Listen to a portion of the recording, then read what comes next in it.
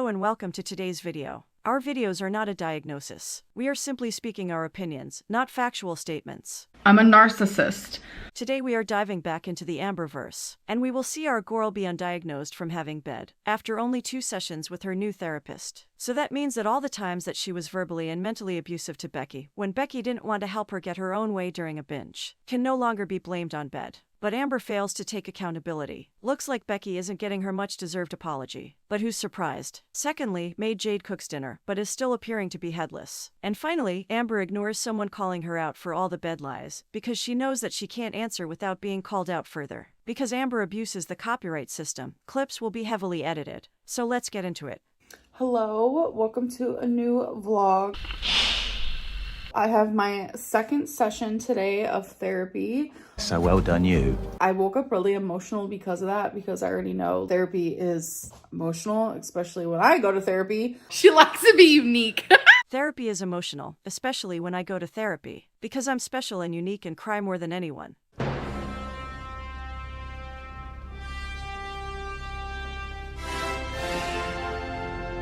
Those with narcissistic personality disorder have the tendency to always feel that whatever they are going through, it is always much worse than anyone else. A constant victim mentality. Everything is always much worse for them. For example, you may have the stomach flu and be at death's door. Yet when the narcissist gets stomach flu, best believe that their sickness will be much worse than yours. Because the narcissist hates the attention to be on anyone but themselves. I mean, I've never been in anyone else's therapy appointment, but I'm sure it's emotional for them as well. But not as emotional as it always is for your unique soul. Special Lynn.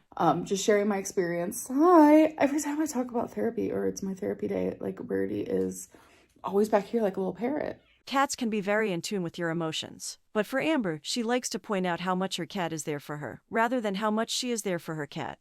It's all about me now.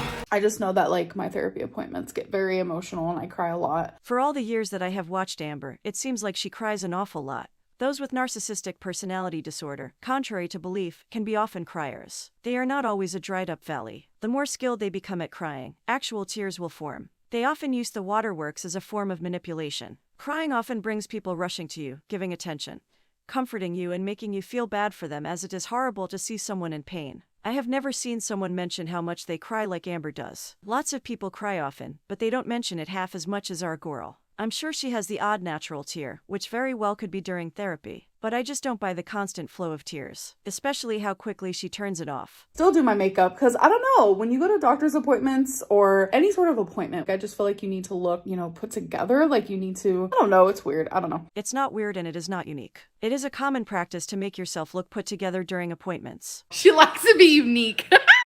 Hello. So it has been a few hours since you guys last saw me, but I just finished my second therapy and I really want to make it a priority, unless I forget or I'm busy or something, to just like talk about it real quick right after it happens. Girl, why? Therapy is meant to be one of the most private things on earth. Sure, you can discuss milestones you reach or give a general comment about what you worked on that day, but details are meant to be kept private and not something to garner attention on the internet for all to see. Keep it to yourself.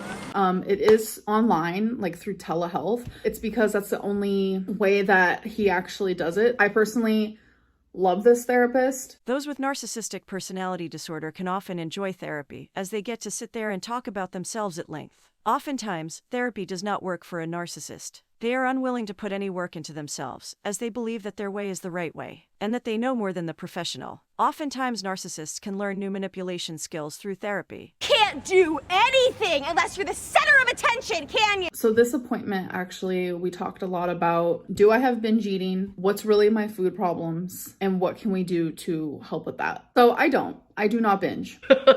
Therapist said so. I say so. Well, you know best. I have had issues. You don't say. And I was very vocalized with this, about this, very honest about this. When Amber says she is very honest about something, I can always smell bullshit incoming. In 2019, I had binging problems. And there is the bullshit. I don't eat that way anymore. You're a lie.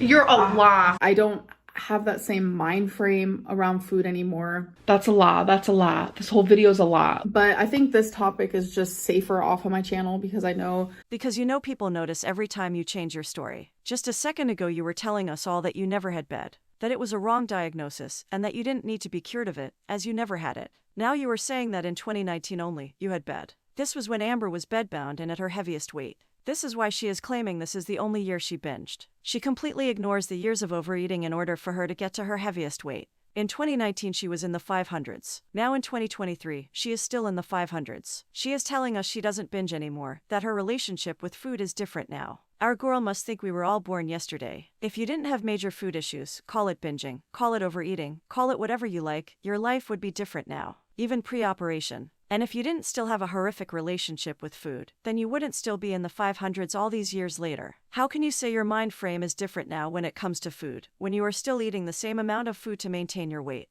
Nothing has changed. But I am not a binge eater. I do not have binge eating disorder. Obviously, it's taken some time to realize that because with someone my size, I mean, I overeat, obviously. Yeah, no shit. I mean, you don't become this size by just like kind of overeating, you know, it's not how it works. That is brand new information! Anyways, so we talked about why am I this size? What is my issues with food? How do I have a better relationship with food? And I turn to food for comfort. Well, obviously. It's that simple.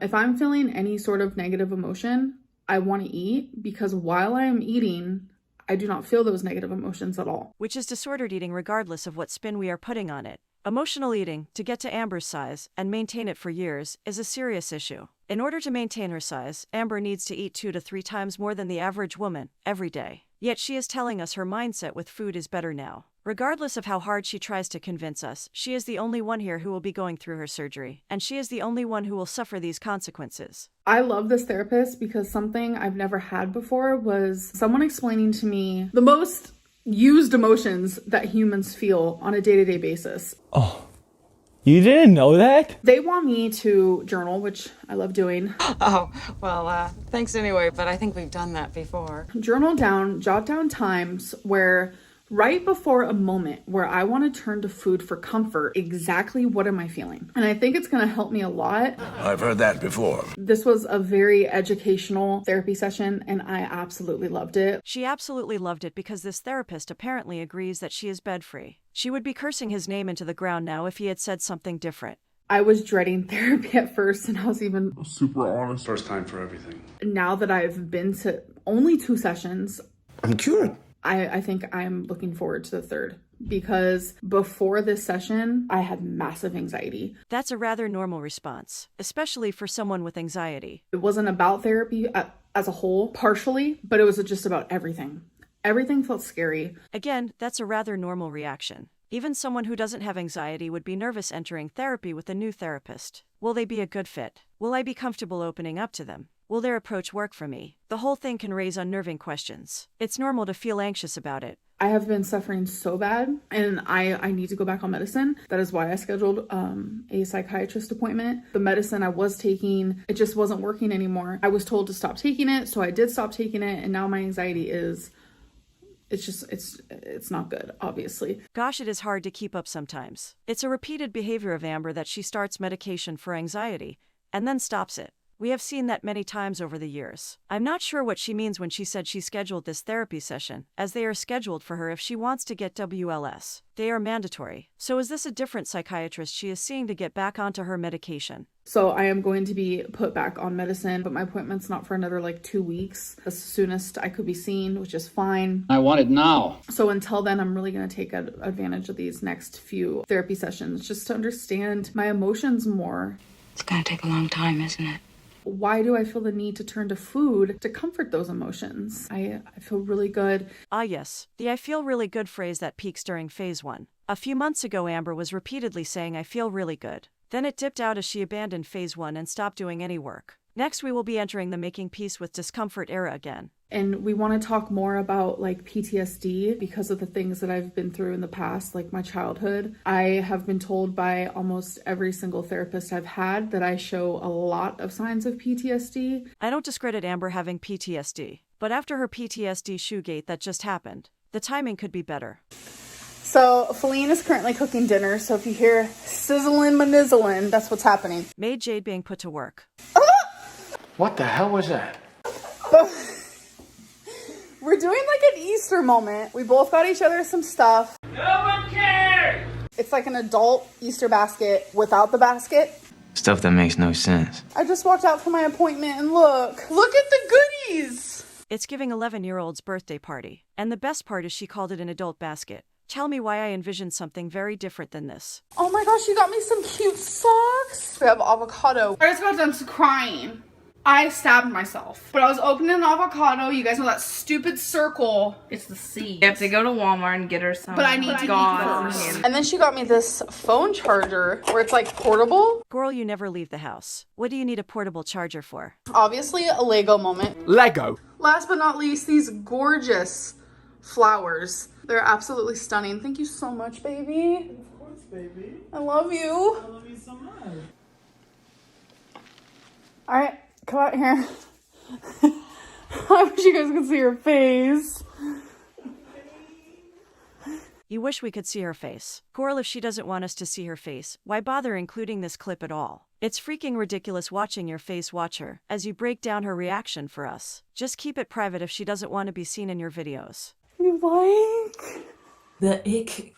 I did.